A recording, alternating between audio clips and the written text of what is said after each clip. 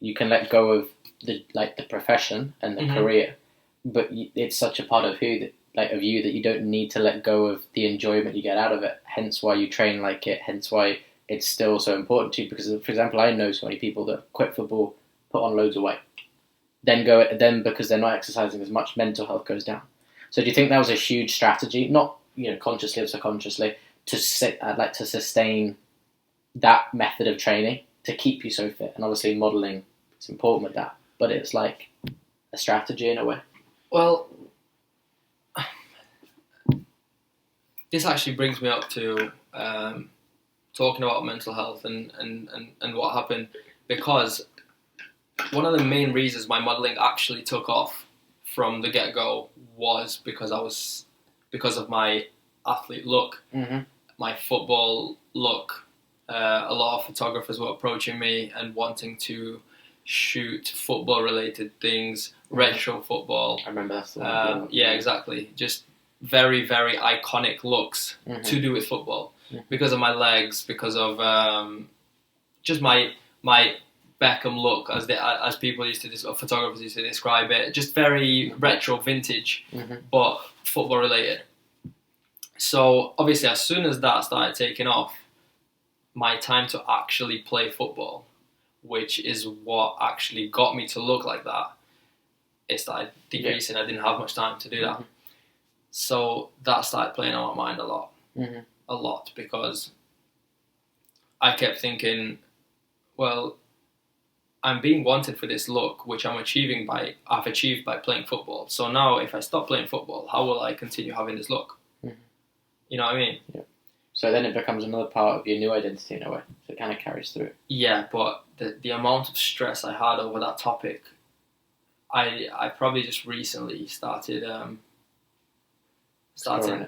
getting rid of it. Well, managing it, because it started an eating disorder, a bad eating disorder, because I was stressing about everything so much. I went from only thinking about football to then thinking about, one second, well, I'm not training anywhere near as much, but I'm eating the same. So how am I not going to gain weight? How am I going to keep in this shape? And then thinking about that every single day, it just made me think about food all the time, literally all the time. And I was overthinking. I was overthinking big time. I shouldn't have done that. I mean, overthinking is it's a part of life. I don't think it's something that you can say you shouldn't have done that. I think there's a sensitivity to it, and I think we both share that in a way, not only to football but to life. And I think that's a part of why this podcast is out there, to explore that sensitivity. So I don't think that the overthinking is something to say I shouldn't have been, because in a way that's what I have noticed, especially in our friendship over the last year, has grown massively because of that journey that you've gone on. So talk to me a little bit more about the eating disorder, and then kind of where, so at this point you're obviously in lockdown, if I remember correctly, you're in lockdown, and that, took away a lot of the training. Obviously there was personal stuff going on. Yeah. And so you're losing a lot of the grounding, the things that keep you grounded in a way, because you don't have football, personal stuff, all this, and so now you're stuck in this thing, and you can't even go out, you can't spend as much time with your friends. Yeah, it was definitely one of the most difficult periods of time of my life. Like you said, we were in lockdown. Well, some personal stuff happened just before lockdown, which hit me pretty hard. And then as soon as that happens, we are also in lockdown, which just destroyed me. I was like, where do I take it from here? I was stuck at home with nothing to do but surrounded by food. Nice food, and I had no motivation to train. I couldn't even if I wanted to play football, I couldn't. We couldn't meet up. We couldn't do anything. But I had zero motivation to train. Which what used to work for me before that would be just get in my car, go to the gym, forget about it. I wouldn't even think about food. What am I talking about? I wouldn't even think about food. But now the gyms are closed, everyone was closed. I'd be bored, I'd be sad, I'd be very sad because of the things that were happening, personal stuff. So the only thing that was making me feel okay would be just food, as stupid as it sounds. Oh, it's a comforting thing, isn't it? Yeah, exactly. But that's happened to me before when I did my ACL. That's happened to me before because I was stuck on the couch like this for hours. And I'd just get bored and start eating. And that played on my mind a bit, but then as soon as I was able to move again and get out in the world, I was fine again. I didn't even think about food twice, but this time lockdown was pretty long, wasn't it?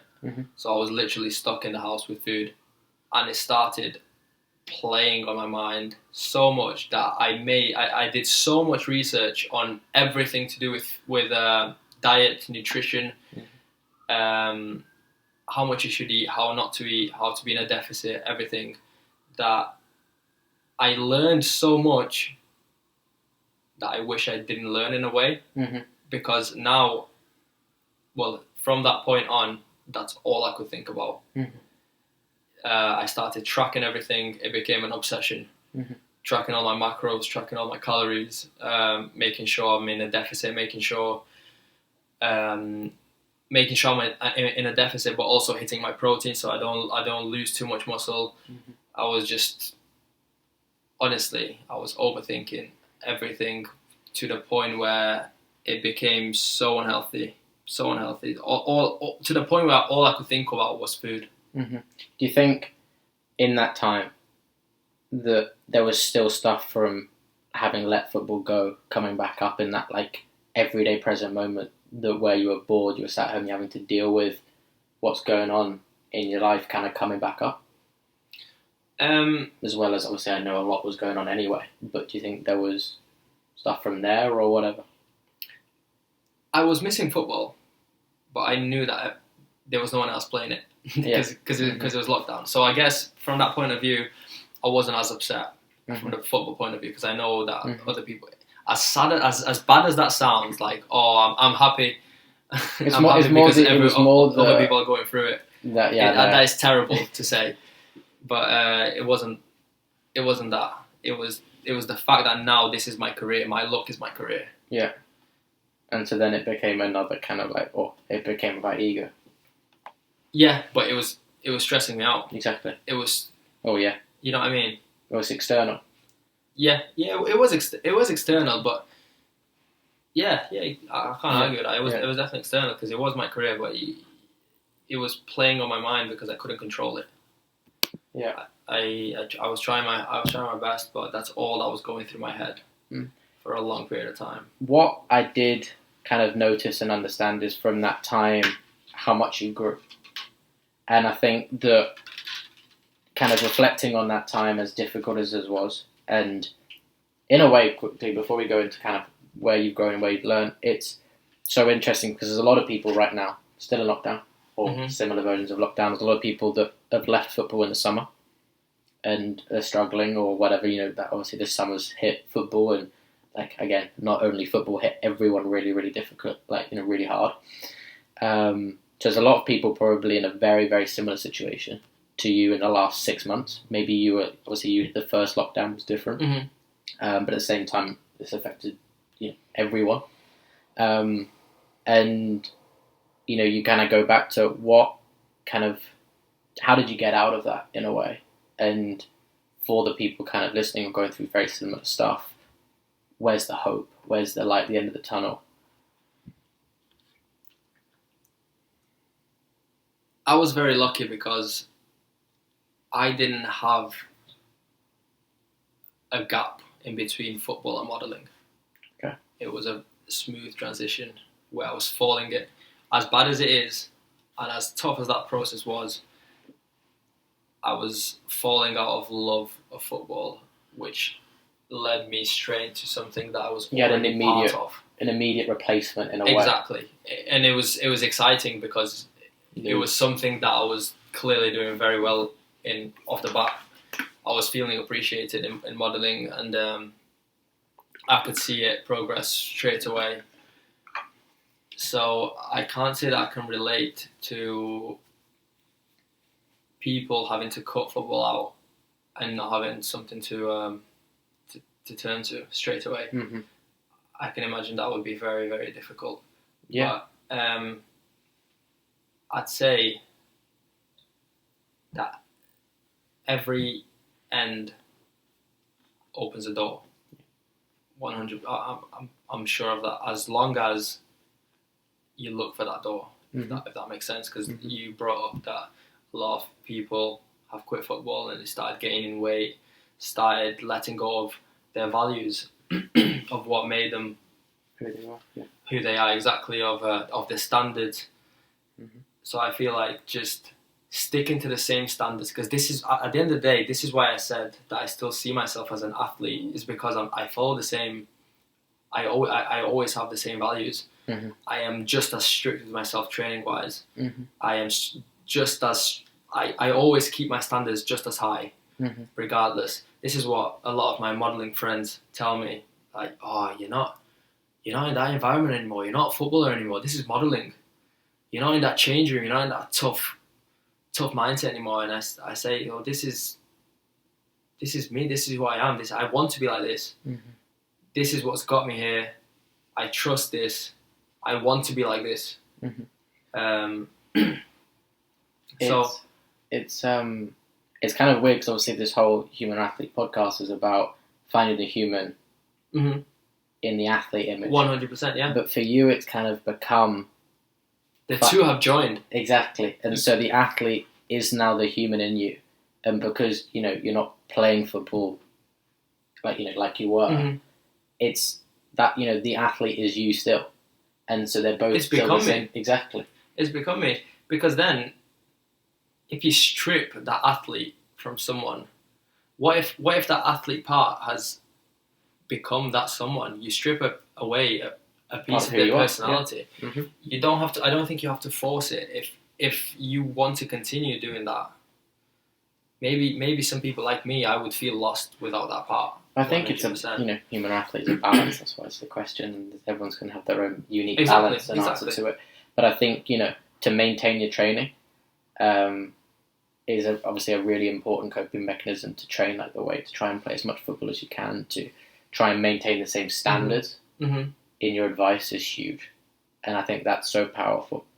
But yeah, going back to kind of the lockdown and the eating disorder. I mean, everything, all the little journeys you've overcome. How much have you grown from your ACL injury? How much have you grown from your eating disorder? Because I've witnessed that firsthand, and in a way, it's been a really incredible and beautiful journey to see you evolving into who you are now. Yeah, no, I've definitely grown a ridiculous amount. I just started realising what the important things in life are. I was never really the most money-focused person in the world or materialistic person, but now everything that's been happening in the world right now, and personally, it definitely made me think about it even less, mm-hmm. and appreciate it. Mm-hmm. What really, really matters, just family, Mm-hmm. All the little things. So that's definitely somehow changed. So the inner values, the inner intuition has become a lot, has visibly, you've been opened up to that being more and more important than the external journey. Yeah, definitely, because it wasn't just about football. It wasn't mm-hmm. just about football. Like I said before, it was just football. That's all that used to go through my head.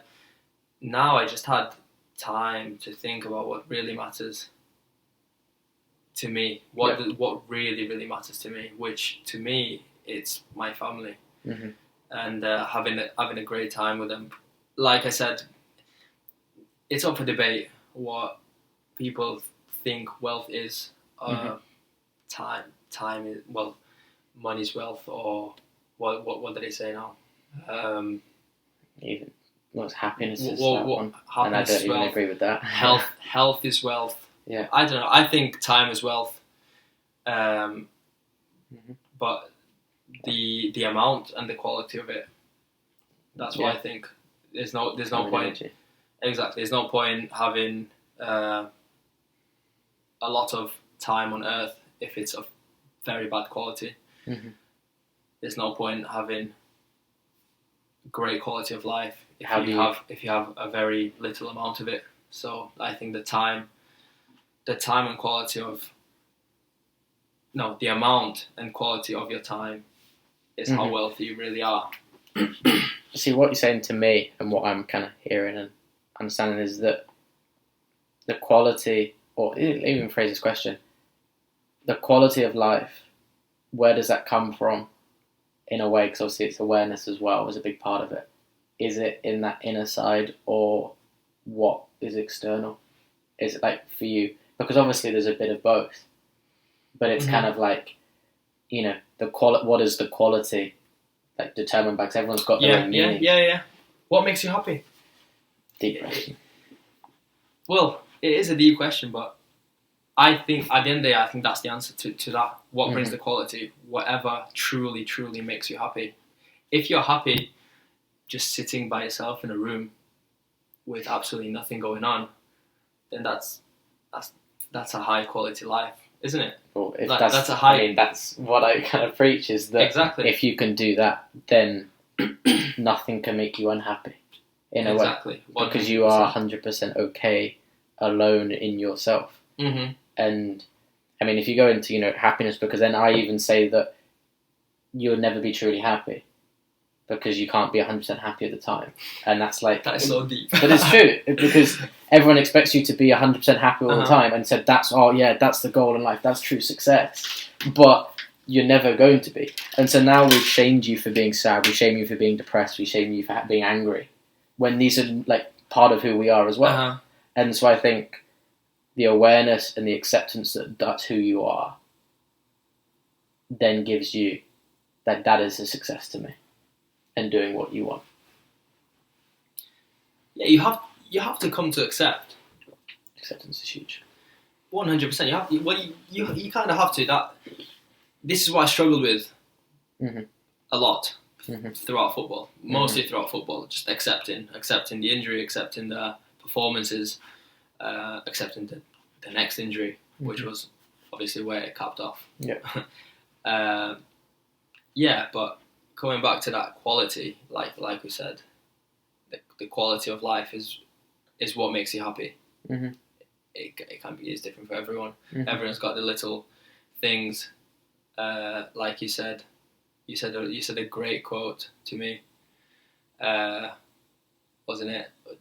Was it about the strength of a man can be judged of how happy he is by himself, or what was all something of man's like that? sufferings come from the inability to sit in a room quietly alone. Yes, that.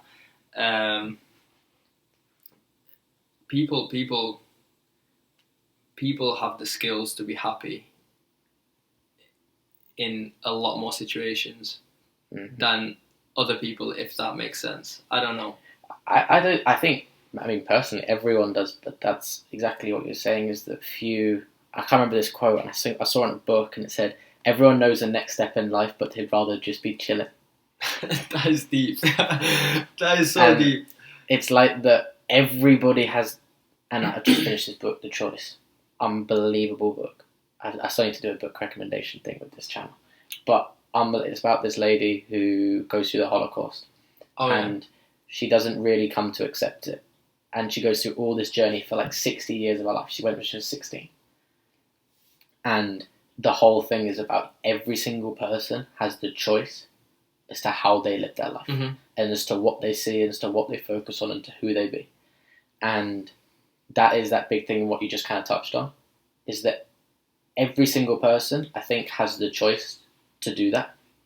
But so few are willing to take that first step to not be the victim, or to go through the hard stuff. Well, the first step would be accepting that, wouldn't it? Or even realising that. The awareness. Because the awareness, that's another thing that we talk to a lot on our walks. But a lot of people go throughout their life without actually pinpointing what they're doing wrong, or how to change what they're doing, or how to become more happy, or how to be happy with what they have. Mm-hmm. You know what I mean? Mm-hmm. A gratitude, and I think that big thing is the awareness, which is for me why always, like, every single time, the inner journey is more important than the external journey, because you can get people who are happy in every single situation, or can find the happiness, can see the positive, and you can get people who have everything. And like one of the things in the book was this: she had 2 clients. One lady who basically they'd got the wrong colour for her new car. And one lady had 5 kids and she didn't have a job and she couldn't feed them. And they both came to her for the same problem. And they were both in the same place. The exact, pretty much same symptoms, same depression, same anxiety. And what she said beautifully on that was both of them have the choice to see their life in different ways. Both of them have been affected by their environment. That's how it is. Everyone's going to be affected by what they have differently. But both of them are in the same place where they have a choice to do that. And they've both gone through suffering in their own way. You know, you can't judge them for that. But they both now can have the awareness to live their life, and that's why always the inner journey will be more powerful. I do think it's human nature to always seek things to complain about. I really, really do. I think it's as society. bad as it is. Yes, maybe society, but I feel like the problems of a billionaire or someone that's just completed life as you'd think. Obviously, that's not true. Society tells you. Exactly. Life, yeah. I think billionaires' problems are often a lot worse than just the average person's problems. I think they just got the like same I said, amount. you told me a statistic once that you're happiest earning between £80,000 to £100,000 a year, is it, or something like that? And then after $100,000, your happiness drops. Like, it's mad. It's ridiculous, isn't it? But yeah, I feel like, I don't know, has it ever happened to you where you have something that you're working towards so hard and that's all you're focused on, and you say to yourself, as soon as I achieve that, I'm going to be the happiest man alive. Cool. And as soon as you achieve it, you're like, oh, my washing machine's broke. Yeah. Like, I'm hating life, or whatever the next problem is. You're just constantly looking for the next problem, which, in a way, if you think about it, it might be the natural mechanism of pushing humans to keep moving forward, to not just stop. But where it depends on how you want to judge that. Can I get real deep on you? So deep, go on. That's the problem with society. I agree. I capitalism, everything, and I don't want to agree. get it. I'm not here to give you a socioeconomics class. Like, whatever, capitalism breeds that more, do. And then we go back to the quote of the suffering, all of man's suffering comes from the inability to sit alone, because everyone's told you to do, and I think that's so important. But Eckhart Tolle once said, it's one of my favourite quotes ever, is that you should always have one foot in doing and one foot in being. And being is the awareness of the present moment, being able to sit in a room quietly alone, being able to accept whatever it is. It's that inner journey. At the end of the day, because when you always do, as soon as there's nothing to do, you become sad, isn't it? Because you're not okay with who you are inside. And this brings me back to football. I wasn't playing football anymore. Mm-hmm. I wasn't doing, especially during lockdown. There was nothing to do. There was nothing for me to do apart from eat. And so that was the last thing that you had there to take you away from dealing with the pain of football, of all that was going on, the pain in itself. Yeah. And so it became kind of the last coping mechanism possible to deal with that, or to distract you from it. It was just one of the only things that was making me happy, and the fact that I was so stressed about it. You know, when you stress about something so much that it becomes an obsession, that's all you can think about. So it actually becomes a vicious cycle of you just you keep thinking about it, so now you want it more, and now you keep thinking about how you shouldn't have it, but now you're thinking about it, so you want it even more. It keeps going like that, which is so weird. But then again, I feel like, because I'm going on about this massive problem with the eating disorder, but I managed to keep in shape. I managed to, there was no damage physically. And I put that due to my athlete side, which was me being as strict as I was. It might have not been the best for me mentally, but at least it did a lot of damage control physically for me. It kept me in the shape that I'm in. Whenever I realised I was going overboard with the food, I'd always make sure to get my training in properly or balance it out. Anyway, there was a lot of stuff going on with that, but in the end, I do thank the way I was brought up through football, that my footballing experience, my athlete experiences, my training, my mentality. I do thank that side of me for dealing with this eating disorder that I've never experienced before in my life, because I never had to think about food before in that way. So I do thank that for helping me get through it without any damage, if that makes sense. Perfectly leads me to my next question. Looking back now at everything, in the place that you are, talking about everything we've talked about, how do you now see the ACL injury? How do you now see the eating disorder? How do you now see the suffering that you've gone through and the big life changes that are so difficult for anyone? How do you now see them? It's blessings. As blessings, for sure. For sure. It's as deep as this got, and as we brought up a lot of problems during this podcast, didn't we? But it's definitely brought more positives than negatives. I've met the most incredible people. I got to be involved in groups and circles that I never would have imagined to be involved in. It's definitely been a massive stepping stone. Both of them. The ACL in its own way. The ACL got me involved in a completely different environment that I would have never ever thought to be a model. I never thought about that. Which then modelling got me so many other opportunities, which I would have never thought about. Then the eating disorder just got me to open up with other people that were going through the same thing, and open up to who you are, open up to myself, realize, develop skills that are so important, like taking a step back and evaluating what's happening, realizing what's happening, being aware. That's one of your biggest things, just being aware of what's happening, accepting what's happening, and then dealing with it. I couldn't be any more grateful for what's happened, and it just made me realize and not plan for the future, but be aware that whenever it feels like it's the end of the world, you're not seeing the door that just opened in the back. You just have to walk. You just have to walk a bit further to see that open door that was closed before. I always remember Rocky saying, "If you can look up, you can get up."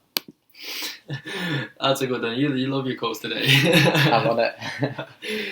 You're on fire. That's amazing. But yeah, no.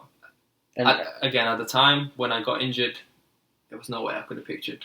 It took me way too long to realise that another door might have just opened for me. I think for everyone listening right now who's going through the problems, who's going through big changes, because obviously this year has brought about so many, that hope and that light you're bringing them right now, in the way that you're seeing that and you're talking about these things, is incredible. And I hopefully people can connect to that and understand to that. So, I think you should be so proud of yourself, because I know I am of you, because I've seen you grow, I've seen you, adapt into this, and just, it's incredible for me, and to have seen this and experienced this journey with you. And then also, it's like when you said that end of the world thing for people going through that right now, is that these feelings, these emotions, these situations, they will come and they will go. And that's one thing about anger, sadness, depression, anxiety, is it will always come and go, even happiness.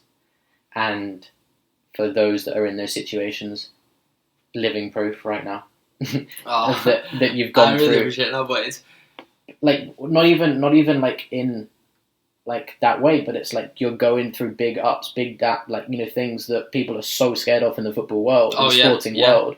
Yeah. And you're okay.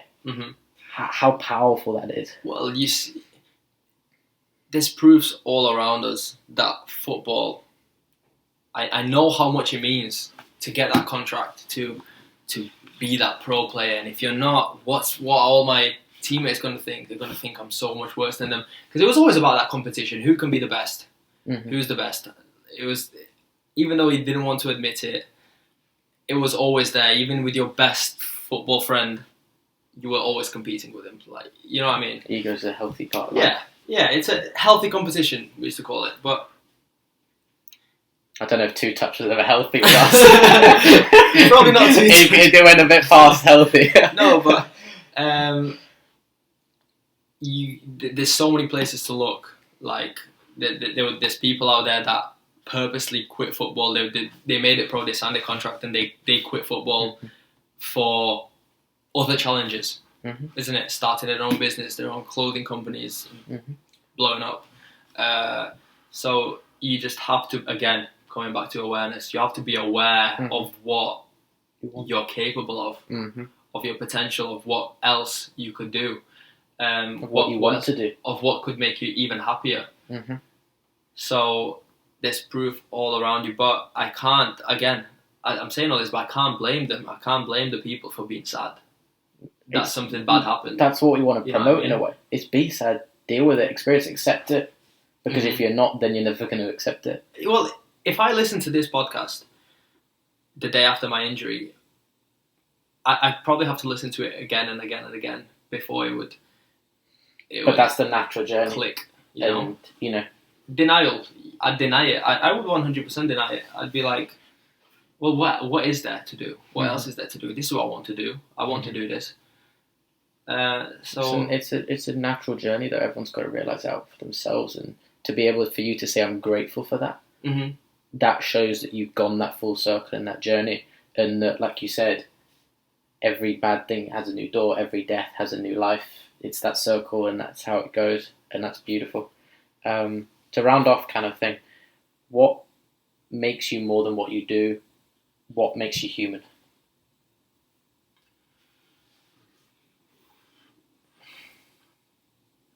Emotions, I suppose. The emotions that I feel towards my close ones. Love. Yeah, well, love for my close ones, 100%. Yeah, at the end of the day, it's all about love, isn't it? I'd say what makes me human is everything that is beyond touch. I don't know. I don't know if I'm coming across well here with what I'm saying. Basically, anything that's not materialistic. This is what I realized. It's so much more about spending, of just appreciating the things that you can't touch. You know what I mean? That is what makes me feel truly, truly human. Just the moments. They're priceless. With my family, with my close ones, with my friends, talks, deep conversations, thinking outside the box, appreciating life, being grateful. What's that word I'm looking for? It's not gratefulness. What is it? My Romanian is kicking in today. Appreciation, humility. Not even humility. I'm going to forget about it. Literally just that. Just being more than just thirsty for fame, money. Ideas that can help others. This is why I feel like I live for. It makes me happy. It makes me very, very happy to think about ways I could help other people, the environment. It motivates me to do well a lot more than I could ever be motivated by money or fame, or that doesn't mean anything to me anymore at all. Those intuitive values are beautiful and incredible, and I'm lucky enough to share a lot of them with you and share that in our friendship. So I'm very grateful for you. Our moments together, our walks, our conversations. We share a lot of that, don't we? Yeah, I'm very, very grateful for you, and I'm very grateful for you coming on today. We've had an incredible conversation, and I'm really happy that I came on. Well, I know that maybe a lot of the things that we talked about might have been very stop and start, because I can't. It's so hard to express yourself when you have so much going on, so many feelings going on, if that makes sense. That especially in the journey that I've had, it's very, very complicated. It's way too complicated for just a single podcast, if that makes sense. Especially when you have so many ways to describe situations that you even get confused by the ways to describe them. You know what I mean? Yeah. Self-expression is what is so important, like what it's about. Yeah, I feel like there's never gonna be a completely right way to express yourself, your deepest emotions, but we tried. Exactly. Yeah, no, it's been a pleasure. Thank you very much. Brilliant. To be part of Thank this. you.